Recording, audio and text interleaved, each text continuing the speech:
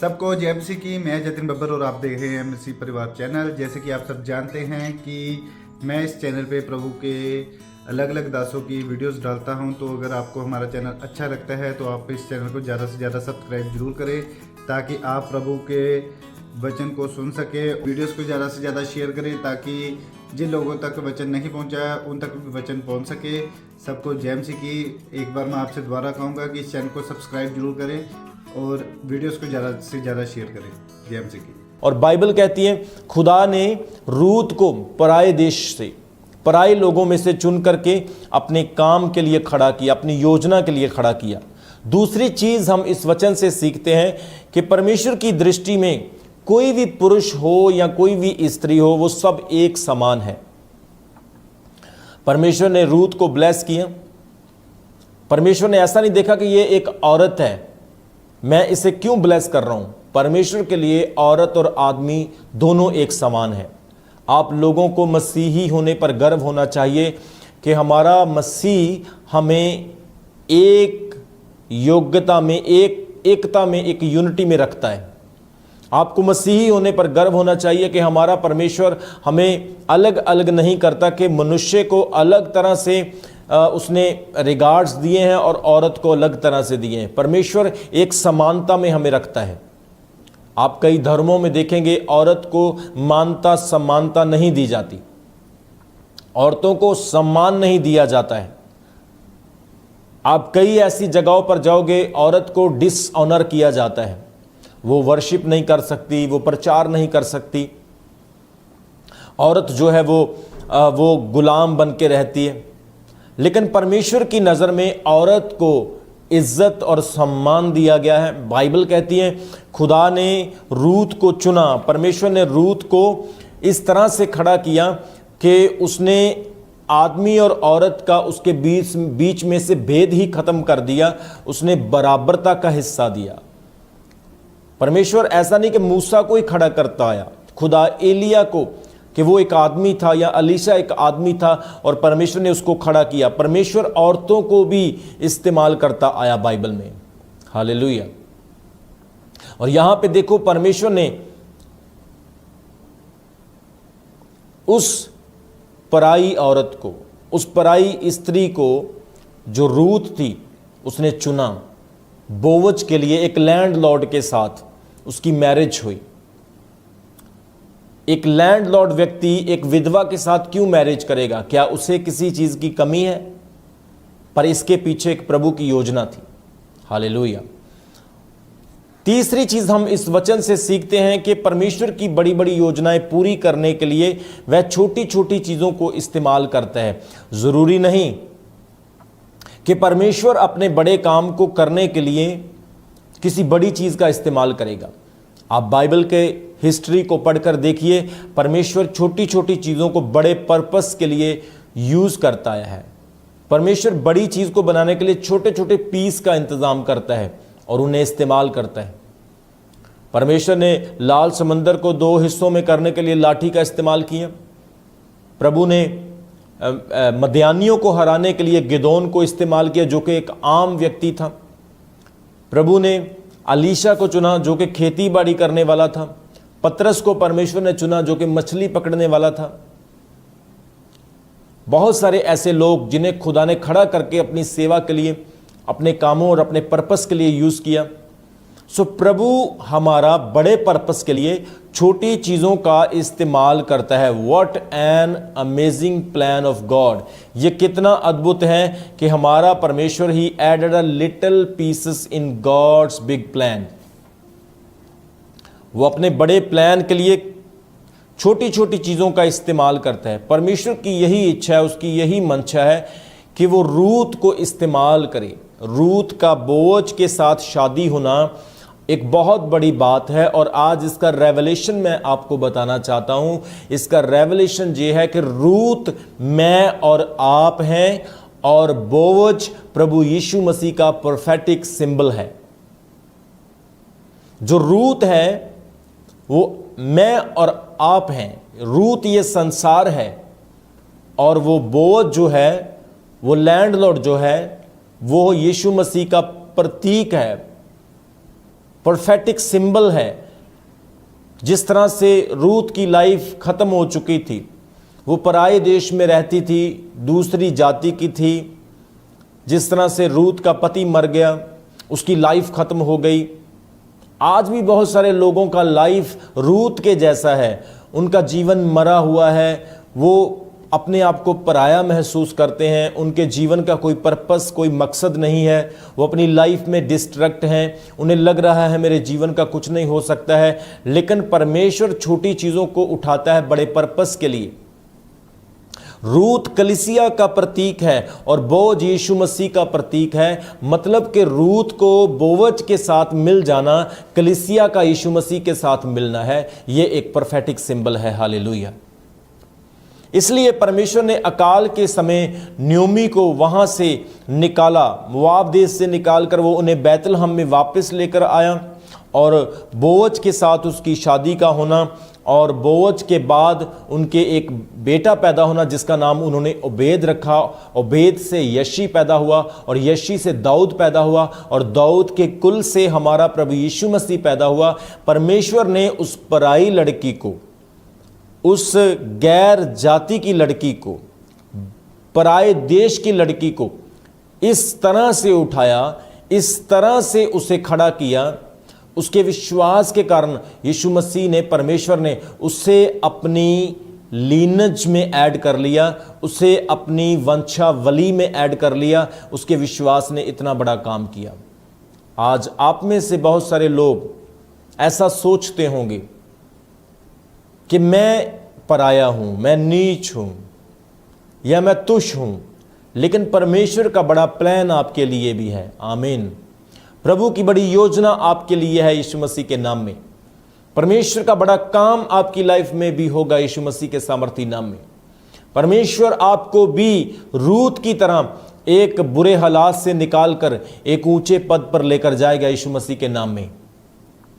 Bible कहती है जिस तरह से रूत का बोअज के साथ मिलाप हुआ, इसी तरह से हम पापी थे, हम भटके हुए थे, हम पराए थे, कोई रिस्पेक्ट, कोई ऑनर, कोई इज्जत नहीं था, कोई किसी धर्म से था, कोई किसी जाति से था, लेकिन परमेश्वर ने हमें चुन लिया और रूत को चुनकर, मतलब हमें चुनकर बोअज के साथ यानी यीशु मसीह के साथ मिला दिया और हमारा उद्धार हो गया। हम तुच्छ लोगों को, हम अस्वीकारे हुए लोगों को उसने स्वीकार किया और हमें यीशु मसीह की वंशावली में ऐड कर लिया। रूत और बोअज से ओबेद पैदा हुआ, ओबेद से यशी पैदा हुआ और यशी से दाऊद पैदा हुआ और दाऊद राजा बना और दाऊद के कुल से हमारे उद्धारकर्ता प्रभु यीशु मसीह पैदा हुए। सो आज कई लोग ऐसा सोचते हैं कि मेरा ये धर्म है, मेरा वो धर्म है, मैं इस धर्म से हूँ, मैं इस जाति से हूँ, लेकिन परमेश्वर आपके धर्म को नहीं, वो आपके विश्वास को देखता है। परमेश्वर देखता है कि आप उसको खोजने वाले हैं या नहीं हैं। परमेश्वर ये देखता है कि आपके मन में उसके लिए रिस्पेक्ट है या नहीं है। इस लड़की के मन में जो पराये देश और पराये धर्म की थी, यहोवा परमेश्वर के लिए रिस्पेक्ट थी, इज्जत थी। और उस यहोवा परमेश्वर ने इस विधवा को, इस रिजेक्टेड औरत को, हालांकि उसकी बहन आरपा उसी समय अपना रिश्ता खत्म कर करके चली गई थी, लेकिन इसने कोई रिश्ता खत्म नहीं किया। इसने विश्वास रखा, हाँ, कि तेरा परमेश्वर मेरा परमेश्वर है, तेरा देश मेरा देश है। और बाइबल कहती है खुदा ने आज उसको कितना ऊंचा उठाया है, कितना ज़्यादा ब्लेस किया है। रूत को, एक छोटी चीज़ को प्रभु ने एक बड़े प्लान के लिए इस्तेमाल किया। आज आप भी छोटे हैं, आप भी कमज़ोर हैं, लेकिन हो सकता है प्रभु का प्लान आपकी लाइफ में बड़ा है। हालेलुया। परमेश्वर छोटे पीसेस से बड़ी चीज़ों को, बड़ी इमारतों को बना सकता है। बोलो आमीन। और परमेश्वर चाहता है आपके जीवन में भी, आपकी लाइफ में भी खुदा कुछ ऐसा करे, आपके जीवन को भी परमेश्वर बदले। आपकी लाइफ भी आज रूत की तरह हो सकती है कि रूत जिस तरह से रिजेक्टेड थी, एक पाप भरे जीवन में थी, जैसे ही उसका बोझ के साथ मिलाप हुआ, उस लैंडलॉर्ड के साथ उसका मेल हुआ, उसकी लाइफ चेंज हो गई। आज जो लैंडलॉर्ड है उसके पास घर है, प्रॉपर्टी है, ज़मीन है, पैसा है, वो सब किसका है? वो सब रूत का है। आज आपका कुछ नहीं है, आज आप कुछ भी नहीं हो सकते हैं, लेकिन जिस दिन आपका मिलाप यीशु मसीह के साथ हो गया, जो कुछ यीशु मसीह का है वो सब कुछ आपका बन जाएगा। बोलो hallelujah. So third thing we learn from this chapter, very important thing, God has a plan. God uses little things to accomplish his great plan. परमेश्वर छोटी चीजों को इस्तेमाल करता है उसके बड़े प्लान्स को पूरा करने के लिए, उसकी बड़ी योजना को पूरा करने के लिए। आप बाइबल का इतिहास पढ़कर देखो, परमेश्वर ने कभी भी किसी बड़े राजे को नहीं चुना अपनी सेवा करने के लिए। प्रभु ने आम लोगों को उठाया। इसीलिए बाइबल में लिखा है, उसने संसार के मूर्खों को चुन लिया ताकि बुद्धिमानों को वो शर्मिंदा कर सके। परमेश्वर ने किसी बड़े किंग को नहीं चुना। प्रभु ने फिरौन को नहीं चुना कि फिरौन मेरा प्रचार करेगा। उसने मूसा को चुना और उसे भेड़ें चरवाई, उसे एक विल्डरनेस में, एक जंगल में इतने सालों तक रखा, उसे कॉमन बनाया। परमेश्वर कहता है जो भी मेरी सेवा करना चाहता है वो सबसे पहले नम्र होकर कॉमन व्यक्ति बनकर मेरे पास आए, तब मैं उसे इस्तेमाल करूंगा। मेरे प्रियो, आज हो सकता आपकी लाइफ में कोई भी परिस्थिति है, आपके जीवन में कोई भी परेशानी है, आपकी हालत रूत की तरह है, लेकिन परमेश्वर आपको सम्मान देगा, इज्जत देगा यीशु मसीह के सामर्थी नाम में। हालेलुया। मैं आत्मा में देख रहा हूं, आप जैसे इस लाइव को देख रहे हैं प्रभु आपको आशीष देगा। जैसे ही आप इस लाइव को देख रहे हैं, परमेश्वर आपके जीवन में अद्भुत और बड़े काम करने जा रहा है। परमेश्वर का आत्मा आपकी परिस्थितियों को बदलने के लिए जा रहा है। हो सकता है आज आपकी परिस्थिति, आपकी कंडीशन रूत की तरह हो, पराए देश से आए हैं, किसी दूसरे धर्म से आए हैं, लेकिन परमेश्वर पक्षपात नहीं करता। अगर वो रूत को इस्तेमाल कर सकता है तो वो आपको भी इस्तेमाल करेगा यीशु मसीह के नाम में। अगर वो रूत को ऊंचा कर सकता है, सम्मान दे सकता है, वो आपको भी ऑनर देगा यीशु के सामर्थी नाम में। सो लास्ट लेसन, जो लास्ट चीज परमेश्वर इस वचन से आपको सिखाता है रूत की स्टोरी से, वो है परमेश्वर के पास एक उद्धार करता है जो हमारे पाप के, जो हमें अपने गुनाह के उस दलदल से निकाल सकता है, हमें बचा सकता है। So God has a redeemer in a place who can rescue us from the devastations of our own sin, जो हमें हमारे पापों से बचा सकता है। परमेश्वर के पास बोवज की तरह एक उद्धार करता है, वो यीशु मसीह है। रूत के लिए बोवज था, हमारे लिए यीशु मसीह है। हम रूत हैं और बोझ यीशु मसीह है। इसी तरह से God has a plan to redeem us from our sins. हमें हमारे पापों से बचाने के लिए सिर्फ एक उद्धार करता है जिसका नाम यीशु मसीह है। पाप, सिन इज द बिगेस्ट प्रॉब्लम। पाप सबसे बड़ी समस्या है। पाप से कोई भी नहीं छुड़ा सकता है। जो पापी है वो दूसरे के पाप को क्षमा नहीं कर सकता है। जो खुद व्यभिचार करता है, जो खुद नशा करता है, वो दूसरे के नशे को नहीं छुड़वा सकता है। जो खुद गाली निकालता है, जिसका जीवन खुद गंदा है, वो दूसरे को साफ नहीं कर सकता। दैट्स वाई हमारे पास एक उद्धार करता है जो खुद उद्धार पाया है और वो हमें उद्धार देता है, हमें मुक्ति देता है। आमीन। आपको पता मसीह का मतलब क्या है? मसीह, यीशु मसीह, मसीह उसे कहते हैं जो मसा किया होता है, जिसे हम इंग्लिश में कहते हैं चोजन वन, अनॉइंटेड वन। मसीह का मतलब मुकर्रर किया हुआ, नियुक्त किया हुआ, सेवियर। हालेलुया। सो यीशु मसीह हमारे पापों को क्षमा करने वाला परमेश्वर है। So God has a plan. परमेश्वर की यह योजना है कि हम अपने पापों से यीशु मसीह के द्वारा उद्धार पा सकें। कोई दूसरा नाम नहीं। आप इतिहास में बड़े महान लोगों को देखेंगे, किसी भी महान व्यक्ति की कब्र खोल कर देखो, वो आज वहां पर है, लेकिन यीशु मसीह अपनी कब्र में नहीं, वो जिंदा हो चुके हैं। यीशु मसीह ने मौत पर, पाप पर फतेह पाई है, और आज जो लोग यीशु पर विश्वास करते हैं वो भी मौत और पाप पर फतेह पाएंगे यीशु मसीह के नाम में। इसलिए जिस तरह से रूत बोवज के लिए चुनी गई थी, आज आप भी यीशु मसीह के लिए चुने गए हैं। बाइबल में लिखा, तुम चुना हुआ वंश हो, जॉन 15:16 में लिखा है, तुमने मुझे नहीं चुना, मैंने तुम्हें चुना है। खुदा कहता है कि तुम फल लेकर आओ। आप पाप की क्षमा के लिए यीशु मसीह के लिए चुने गए हो, को वही है जो आपको पाप से छुटकारा दे सकता है। कोई आपको कुछ भी दे सकता है, लेकिन पाप की क्षमा सिर्फ यीशु मसीह दे सकता है। और बिना पाप के ही आप स्वर्ग जा सकते हैं। पापी बनकर आप परमेश्वर के राज्य में दाखिल नहीं हो सकते हैं। जैसे एक कंट्री में जाने के लिए वीजे की जरूरत होती है, इसी तरह से आपको स्वर्ग जाने के लिए पापों की क्षमा का सर्टिफिकेट चाहिए, जो यीशु मसीह से मिलता है। हालेलुया, आमीन। इसलिए परमेश्वर के पास हमारे लिए एक उद्धार करता है। He is a Jesus Christ. बोवच आज के जीवन में मसीह यीशु मसीह का प्रतीक है, जो हमें छुटकारा देता है। भविष्य सूचक है, वो प्रोफेटिक सिंबल है। आप सभी अपने जीवन में पापी स्वभाव के कारण, आप सभी अपने जीवन में पापी नेचर के कारण हताश हैं, खाली हैं और तबाह हैं। इसी तरह से न्योमी भी अपने जीवन में तबाह हो चुकी थी, खाली हो चुकी थी, हताश हो चुकी थी। उसने अपना सब कुछ खो दिया था और वो सब कुछ खोकर बैतलहम में वापस आई थी। इसी तरह से आज कई लोग अपने जीवन में खाली हैं, अपने पाप के कारण तबाह हैं। लेकिन यीशु मसीह जैसे ही आपसे मिलेगा, आपकी लाइफ रूत की तरह हो जाएगी।